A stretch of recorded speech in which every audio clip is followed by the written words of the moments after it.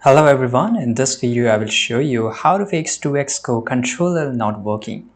So to fix this issue, first of all, make sure that whichever device you're working, whether it's laptop or PC, right, you have to go to the settings of your laptop and PC. If you're using a Windows 10 or 11, just go to the Bluetooth and devices. If you are using an older version of Windows, then just go to the here control panel. Open your control panel, and here on the top right there's a search bar. Here you have to type Bluetooth, and here you will get this option of device and printer, and you will get the same settings here. Now here you have to scroll down a little bit, and here somewhere you will find an option of your controller.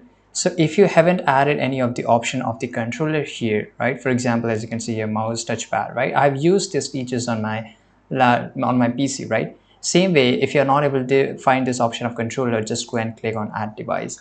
Now here you have to just make sure whether it's a wireless or whether it's with the wire cable. So if everything is done, make sure you just go and click on the Bluetooth or wireless here, right.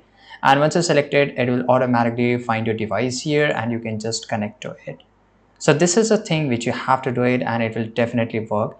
And make sure you just open the game and make sure that there is also an option to connect it up, right. And this is the only best option which I can show you, and it's work 100% of the time. Next thing, you have to just go to your gaming, and here maybe you will find this option of controller and keyboard shortcuts here.